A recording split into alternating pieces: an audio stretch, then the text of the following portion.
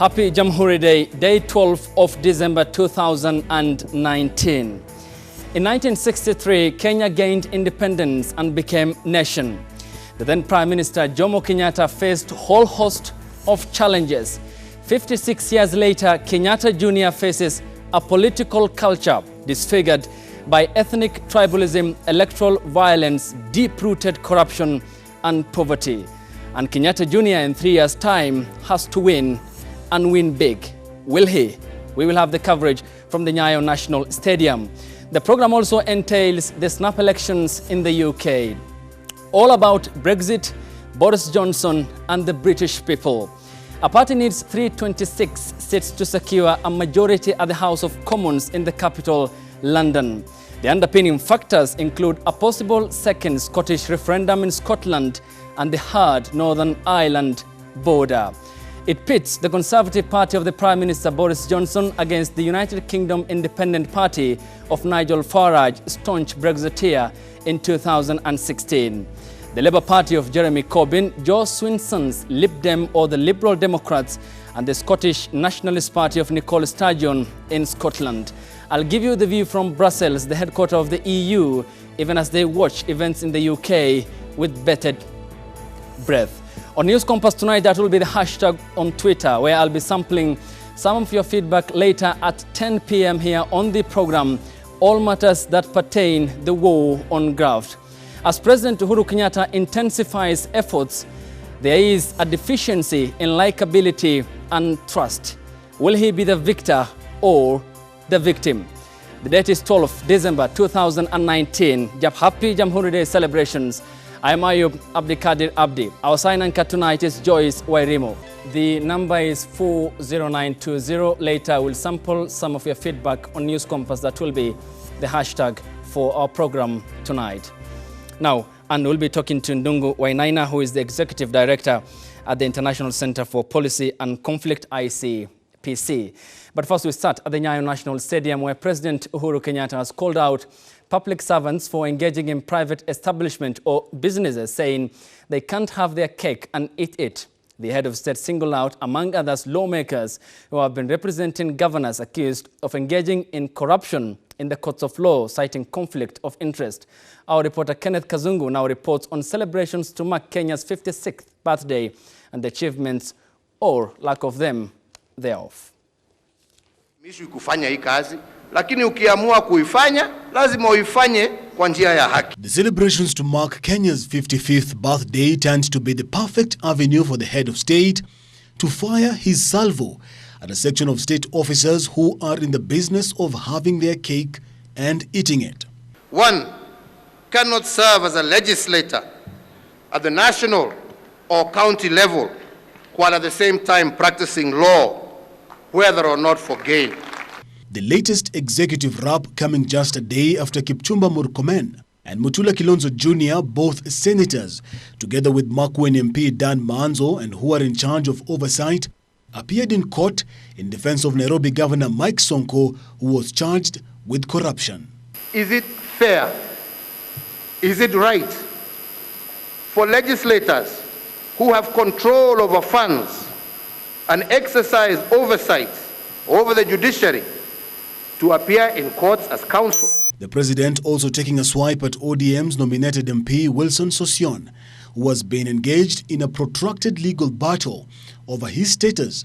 A teacher in the public service cannot have one foot in the classroom and the other in parliament. The judiciary was not spared either.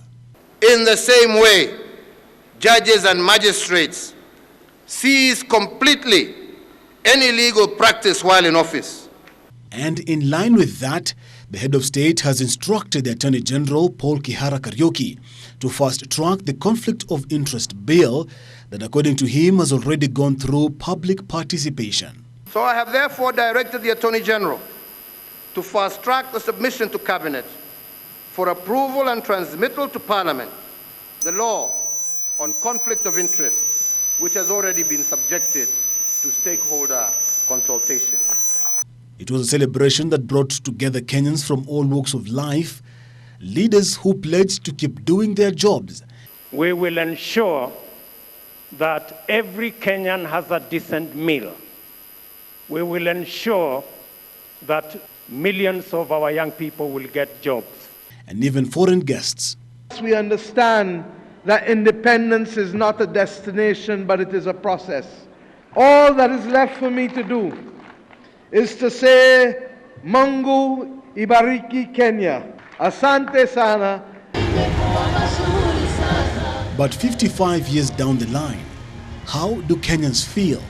Tunafurahi kwa sababu Kenya yetu imeinuka juu ya president ile tuko naye. Kenya inaendelea vizuri. Tena leo ilipamba sana. Lakini corruption bado iko juu. Watu waendelee kurudisha pesa. Njaa ndio mingi. Pande tuko. Pande tuko njaa ndio mingi. Ni corruption na watu waache kujipenda. At a time like this in 1963, the country was pregnant with hope and expectations. But 55 years later and 4 governments on, it remains a matter of will do rather than have done. Ayub. Thank you, Kenneth, for the wall-to-wall coverage of the day's events at the Nyayo National Stadium. Now, thousands of Kenyans from all walks of life streamed into the Nyayo National Stadium for the Jamhuri Day celebrations early this morning as the country marked 56 years since gaining independence. Kenyans showed their patriotism while still appreciative of achieving independence despite dissatisfaction of the government's inability to deliver, especially on matters that regard corruption. Our reporter Diana Rachel Mbugwa has more on that story. It was all pomp and color at the Nyayo National Stadium. The stadium packed to the colors of the Kenya national flag in most corners. Thousands of Kenyans streaming in for the Jamhuri Day celebrations, and the weather did not disappoint. From these children who, in white representing peace, had a lot to spell out for the guests. Some of the Kenyans who attended the Jamhuri Day celebrations say the parade mounted by the Kenya Defence Forces is what stands out for most state celebrations. Tangu totoni, mimi ufurahia sikukuu ya nchi yetu. Hasa nikiwa primary nilikuwa na changamuka na nyimbo za kitamaduni, nyimbo za Kiswahili, nilikuwa nachukua mashairi na nilikuwa napenda sana kuigiza michezo ya waskari. Each entertainer with a message of a reminder of why our forefathers fought for the country's independence, corruption being the rallying call from both the entertainers and the guests.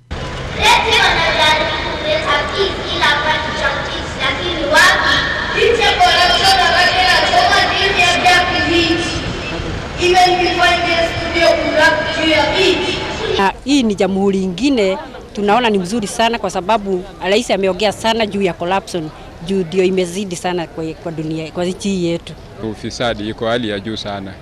Ningeomba serikali kama ingekaza mwito ufisadi ipungue. Ningefurahi sana. Meanwhile, I have decided that unless I'm treated with the dignity due to my office, I will choose which of those state functions I will attend. And true to it, the Chief Justice David Maraga's seat remained empty for the Jamhuri Day celebrations. And while Nairobi City County Governor Mike Sonko did not attend the celebrations, Speaker Beatrice Elachi arrived in an official car with the Nairobi City County flag, begging the question, was she trying to make a statement? With the large numbers that flocked in here at the Nyayo National Stadium as early as 7 a.m., it is quite evident that Kenyans are a patriotic lot despite the dissatisfaction that they have with the delivery of the Kenyan government. Diana Rachel Mbugwa, Ebru TV. Thank you, Diana. Job well done. Magnifique, they call it in French. Now, the National Transport and Safety Authority has revoked all modern coast bus service operating licenses after an accident that killed 7 people and injured more than 60 others early this morning. 2 buses from the same company collided early in the morning. One was heading to Mombasa, while the other was heading to Nairobi County. The deadly accident occurred early this morning at Kiongwani, Makueni County along Mombasa-Nairobi Highway. Kufika hapa basi yenye ilitoka Mombasa ikaovateka kuja lane yetu na ilikuwa nakuja kwa kazi. Sikakongana head on. Makueni Police Commander Joseph Olenaipeyan confirmed the accident. The injured were rushed to Sultan Hamoud Hospital for treatment. This comes when people are traveling from different places to upcountry for Christmas celebrations. The accident occurred just a day after another accident involving 2 buses at the same stretch. The bus company has been accused of a sloppy road safety record. On the same day, today in 2017, 17 people died when a modern coast bus was involved in an accident at Sachangwan on the Nakuru-Eldoret highway. The accident happens even as statistics indicate a significant increase in the number of road accidents. The NTSA reckons that a total of 3,225 people died and 10,825 were injured on Kenyan roads between January 1st and December 1st, 2019. During the same period last year, the number was lower, with 2,827 people having died and 8,954 injured. Out of the 3,225 victims who died in road accidents this year, the majority were pedestrians at 1,247, followed by motorcyclists at 660, passengers at 644, and drivers at 298. The survey also shows that the number of people who sustained serious injuries increased by 46%, from 4,228 last year to 6,183. Reporting for Ebru TV, I'm Kaindo Stefano. Thank you, Kaindo. The President has directed the Ministry of Health and county governments across the devolved units to finalize the signing of agreement papers in readiness for the nationwide rollout of the universal healthcare coverage by June 2020. In his speech during this year's Jamhuri Day celebrations, the head of state at the Nyayo National Stadium has seen a successful uptake of pilot phase of the program in the counties of Nyeri, Kisumu, Isiolo and Machakos counties, as our reporter Winnie Lubembe now explains. Terming the pilot phase of the universal health coverage a success, the President noted that there was a recorded average increase of 39% in access to essential health services in the pilot counties. Lessons from that pilot: that robust primary health care system is the right vehicle to secure sustainable universal health coverage, and in this regard, we have invested quality time to prepare the full rollout of this program by the beginning of next year to cover the remaining 43 counties. The head of state said the UHC pillar of the Big Four agenda was crafted in recognition of the importance of a healthy population in the achievement of the country's development targets. This comes even as the government is on the spot over the 65 billion shillings medical leasing equipment that has raised more questions than answers as to what is ailing the health sector in the country. You cannot disburse any money without proper documentation. Can you, as the finance officer, give this committee agreements between your ministry as part of the national government and each of the 47 counties to show that you have given them a conditional grant, the conditions of the grant, the limitations of the grant, the purpose of the grant, and the manner in which the disbursements will be made and to who. And it is on record that equipments were just dumped on them after signing an MOU. And what he shared with us as MOU is not a document that one can rely on. To this effect, the President has directed the county governments and the Ministry of Health to sign the Intergovernmental Partnership Agreement by the beginning of 2020. The governors had maintained that they were not aware of the contractual agreements on the managed equipment services between the National Ministry of Health and the suppliers of the equipment. In an effort to strengthen the ailing health sector in the country, Kenya has entered an agreement with Barbados to have Kenyan doctors trained in Barbados in a healthcare bilateral agreement signed on Wednesday. I believe that this is the beginning of a true partnership that can make the difference not just to the people of Kenya and to the people of Barbados, but I believe that we are, by taking hold of our future, saying to the rest of the world that the centuries of separation must now be left on the books of history rather than being part and parcel of our arrangements for the future. This is the second time the government enters such an agreement, with a Cuban agreement majorly rejected by doctors. Despite the president expressing satisfaction on the pilot UHC phase, a new study on the impact of the government-supported maternal health programs in the country paints a dim picture of the initiative, with numbers of women opting for the free services drastically reducing over the years. The study says that the program was largely a political declaration that was made notwithstanding the glaring incapacities in health facilities. The pilot phase of the Universal Healthcare Project was launched in December 2018 in Kisumu. Winnie Lubembe for Ebru TV. Now, President Uhuru Kenyatta has extended the term of the Building Bridges Initiative Task Force amid divisions over the implementation of the task force's report. The task force will steer the next phase, which will involve expanding and guiding the public participation process. However, the Deputy President, William Ruto, still maintains that the BBI report will not be used to divide the country, as our reporter Abdikadir Hashim now tells us more. Initiative Task Force at State House, Nairobi, where he requested the team to continue leading the process. Hours after the term of the task force was extended, the Deputy President had this to say. We are assembled as a people, inspired by this firm foundation, so that we can build on that foundation and build the bridges of unity, togetherness, and friendship, so that together we can eliminate hate, negative ethnicity, and eliminate division. The Building Bridges Initiative report continues to cause division in the political class, with leaders torn over its implementation. President Uhuru Kenyatta has now resorted to counteract the said politicians by directing Yusuf Haji-led task force to guide the public participation process. And build together on that foundation to be able to forge the largest transformation in our history. Democracy and vitality of our republic will set us head and shoulders above our peers. We are returning the river to its course by fostering national unity and inclusiveness through building bridges of unity towards a better Kenya for all. The leaders were meeting under one roof at Nyayo Stadium for the 56th Jamhuri Day celebration since the launch of the report last month.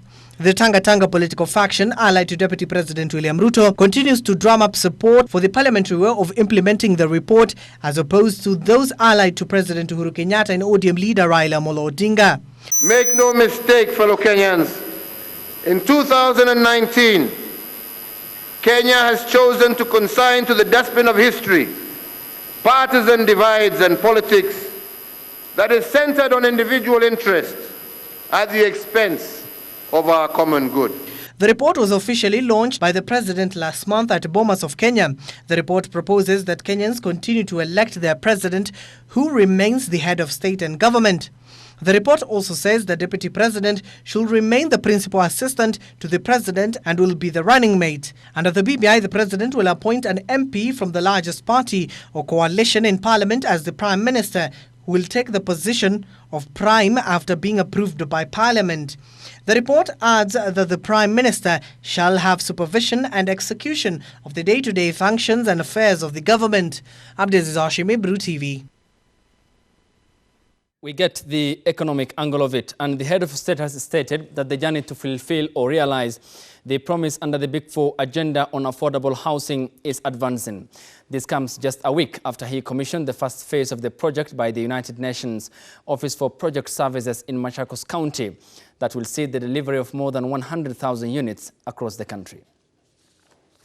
According to President Uhuru Kenyatta, the affordable housing program will continue to deepen and accelerate access to housing far beyond the immediate target date of 2022. We'll continue to deepen and accelerate access to housing far beyond our immediate target of 2022 of building 500,000 housing units, and set Kenya on an extraordinary path as Africa's first country to substantially address housing and social amenity challenges. The president maintaining that the government's commitment is to increase home ownership in Kenya under the Affordable Housing Program initiative.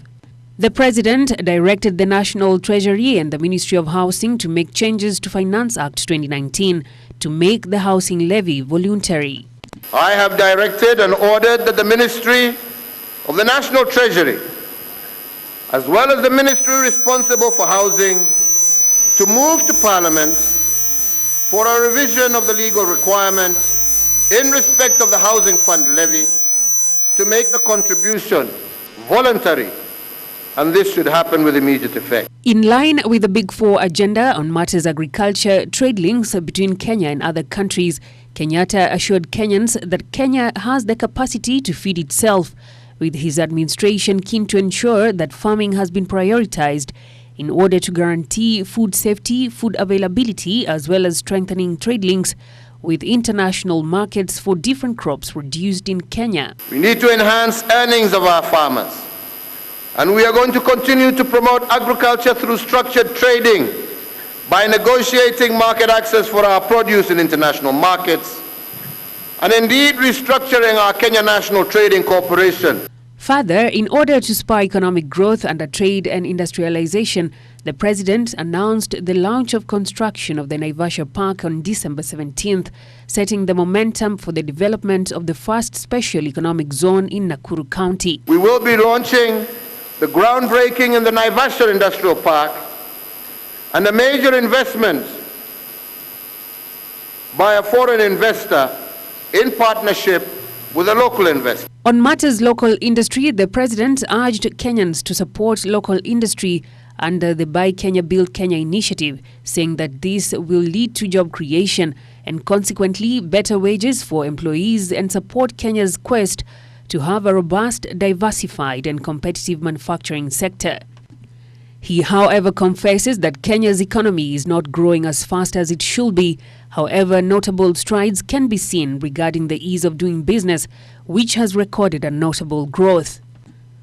As a way to reduce tax burden on small and business enterprises that hinder the ease of doing business for most Kenyans, the president ordered the Kenya Revenue Authority to review its tax policies so as to reduce taxes on small-medium enterprises.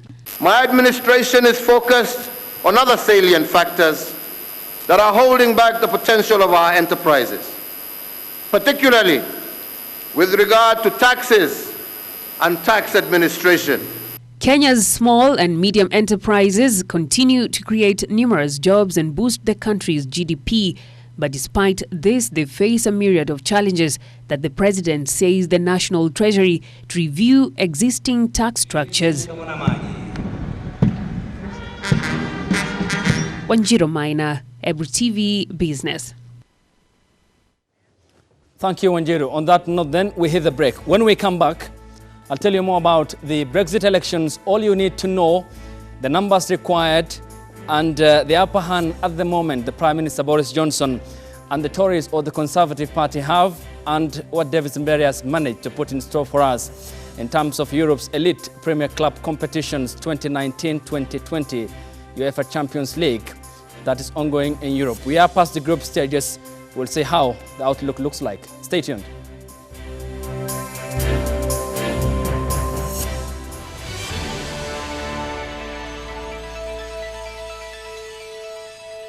To the world of sports. While governing body FIFA sent representative to Kenya to assess Football Kenya Federation's situation following the cancellation of the FKF elections. In a ruling by tribunal chairperson or chairman, John Ohaga, early this year, the FKF county elections held on the November 23, 2019 were nullified, with the subsequent national elections that were to be held on 7th of December 2019. FIFA Governance Services Manager Sarah Solmel, accompanied by CAF Chief Staff of Staff Abdullah Marson Mustafa, had separate meetings with the FKF President Nick Mwendwa, FKF's Electoral Board, the Sports Registrar, as well as Sports Cabinet Minister Ambassador Amina Mohamed.